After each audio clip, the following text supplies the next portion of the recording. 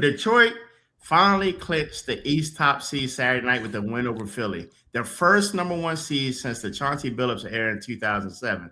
Now they're 57-21 with home court advantage throughout the whole East playoffs, and they did most of it without Cade Cunningham. So, Matthew, does this Pistons team actually have a path to the finals, or does everything depend on Cade coming back like healthy?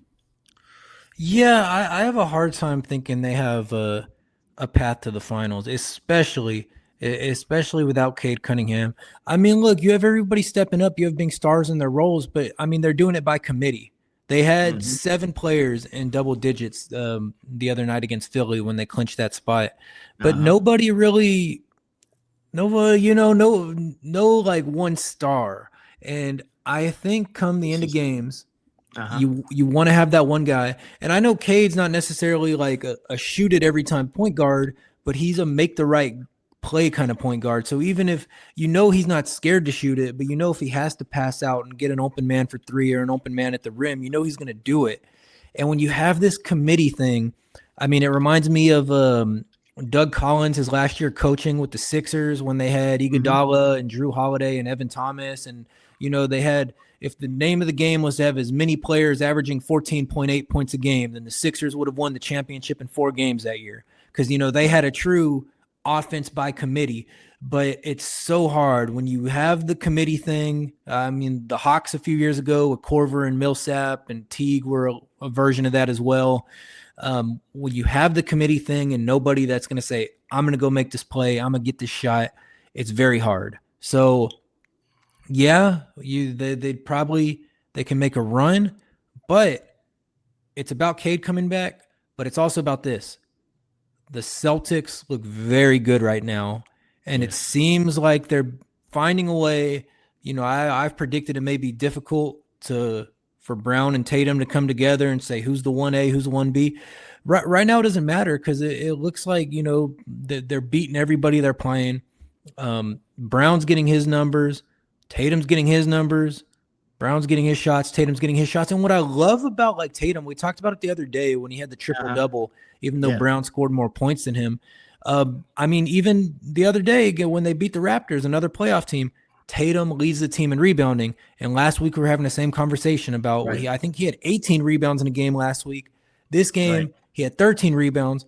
He also led the team in assists. So instead of sitting around sulking, saying, why is Jalen Right. getting all my shots? Yep. Jason Tatum is finding ways to contribute in every way of the Yes. basketball court. And So scoring at that, right? And there's no egos, right? And I think that's what's really helping them, Matthew. Like you point out, there's no egos when it comes to it. If I'm in control and I'm hot, I'm going for it. You're in control, I'm hot. And they feed off each other, man. So I'm glad there's no egos. And that's why I think, like you just mentioned, why they're doing so well. exactly. And so I would say for the Pistons, it'll come down to, based off that, it'll come down to 2 things. One, do you get Cade back? Because if you don't, then you might as well just, you got to start accepting you're not going to win it if Cade's not coming back. Right. But if he does come back, he's good enough to, I think, to pretty seamlessly get himself involved back in the offense. But 2, are the Celtics going to keep playing like this, or even scarier, are they going to get any better? So it's going to depend on the Pistons' health, and it's going to depend on the Celtics, because even if the Pistons were healthy, I don't know that they'd be favored against this version of the Celtics. Yeah, because I was going to talk about that a little bit, right? So the number that tells the whole story is their defensive rating with and without Cade, right? So Mm-hmm. Detroit was actually better defensively in stretches without him because, as your boy Jenkins, Denise, is that you about to right? Denise Jenkins, right? He plays at a faster pace, and Sir Thompson, he just won Defensive Player of the Month. You remember we talked about that the other day. The concern is in the first round, right? Is that the half-court offense in a 7-game series against Boston or New York gets exposed without Cade running the pick and roll. So that's the playoff test that tells us whether there's this real contender or a very good regular season team.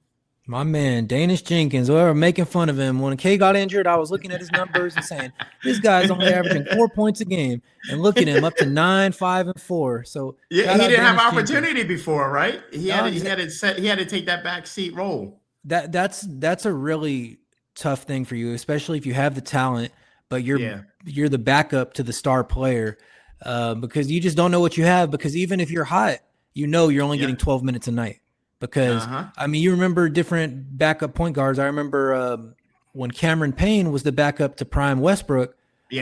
Cameron Payne barely ever played, and then when he got an opportunity, you know, he was a contributor on a championship team like the Suns. I don't know if I'd say he went off, but he became like a real solid veteran NBA player.